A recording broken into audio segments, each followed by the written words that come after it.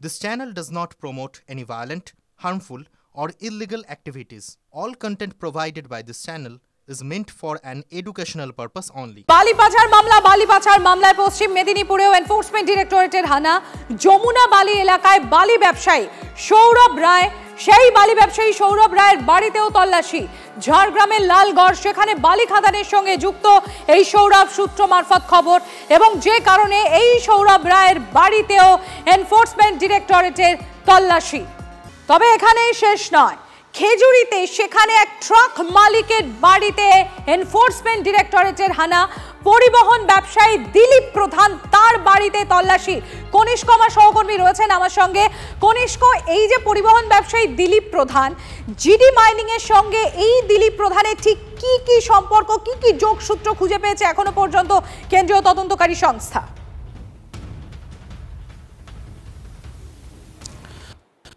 ভোর রাত থেকে কিন্তু ইডি আধিকারিকরা 4টে গাড়ি নিয়ে কার্যত পূর্ব মেদিনীপুরের এই খেজুরি 1 ব্লকের খেজুরি থানা এলাকার জরানগরে এখানে হানা দেয়, এবং এখানেই মূলত এই যে বাড়িটি দেখা যাচ্ছে এটা হচ্ছে দিলীপ প্রধানের বাড়ি। এবং এই দিলীপ প্রধানের সঙ্গে জিডি মাইনিংয়ের সঙ্গে যে গাঁটছড়া রয়েছে সেটা কিন্তু পরিষ্কার, যে কারণে জিডি মাইনিংয়ের ওখানে যখন অফিসে হানা দেওয়া হয় তার পাশাপাশি কিন্তু খেজুরির এই যে জরানগরের বাড়িতে কিন্তু হানা দেওয়া হয়। মূলত যে ধরনের যে টাকা নয়ছয় করার যে অভিযোগটা উঠেছিল, সেই অভিযোগটা হচ্ছে যে একটি ট্রাকে যদি 250 থেকে 300 সিএফটি বালি আসে, সেই বালিটি কিন্তু কোথাও 20,000, কোথাও 21,000 বা কোথাও 22,000, 24,000এও বিক্রি হয়।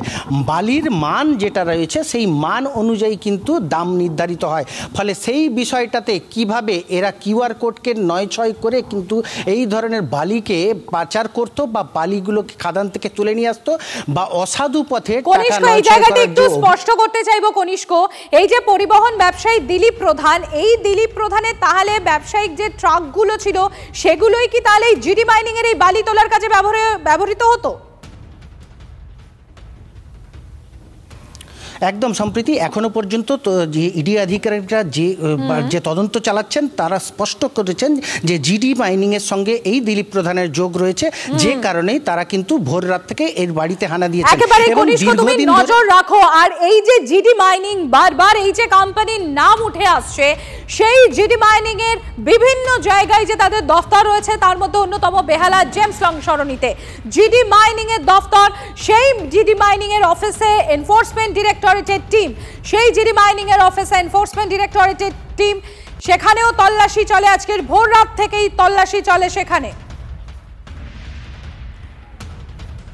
জেমস লং সরণিতে জিডি মাইনিং প্রাইভেট লিমিটেড এই অফিস মূলত কর্পোরেট অফিস। এখান থেকেই কিন্তু বিভিন্ন জায়গায় বালি, পাথর ইত্যাদির যে পাচার এবং তার সঙ্গে সঙ্গে সেগুলোকে বিভিন্ন জায়গায় রপ্তানি করা, এগুলো কিন্তু কন্ট্রোল করা হয়। এবং কেন্দ্রীয় তদন্তকারী সংস্থা মনে করছে যে এই অফিস এবং ঝাড়গ্রামে গোপীবল্লভপুরে যার বাড়িতে তল্লাশি চলছে জাহিরুল, তাদের সঙ্গে লিঙ্ক রয়েছে, এবং সেই লিঙ্ক থাকার দরুন রাজ্যে যে বালি পাচার চক্র চলছে সেই বালি পাচার চক্রের সঙ্গে এই অফিসের ঘোরতর সংযোগ রয়েছে। এবং তার জন্যই ইডি আধিকারিকরা তারা কিন্তু এসেছেন, এবং সিআরপিএফ নিরাপত্তায় এই মুহূর্তে কিন্তু তল্লাশি অভিযান চলছে।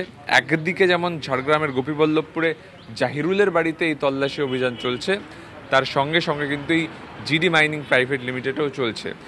সাত সকালে একাধিক জায়গায় এই তল্লাশি অভিযান। ক্যামেরা অমিতের সঙ্গে সুমন, TV9 বাংলা, কলকাতা। নিশ্চয়ই, নালে এত বড় মাইনিং ফোন কি করে হয়, কোম্পানি হয় কি করে? এর আগে কোনো রেট বা কিছু না, এর আগে দেখিনি তো, এটা প্রথমবার দেখছি আমাদের।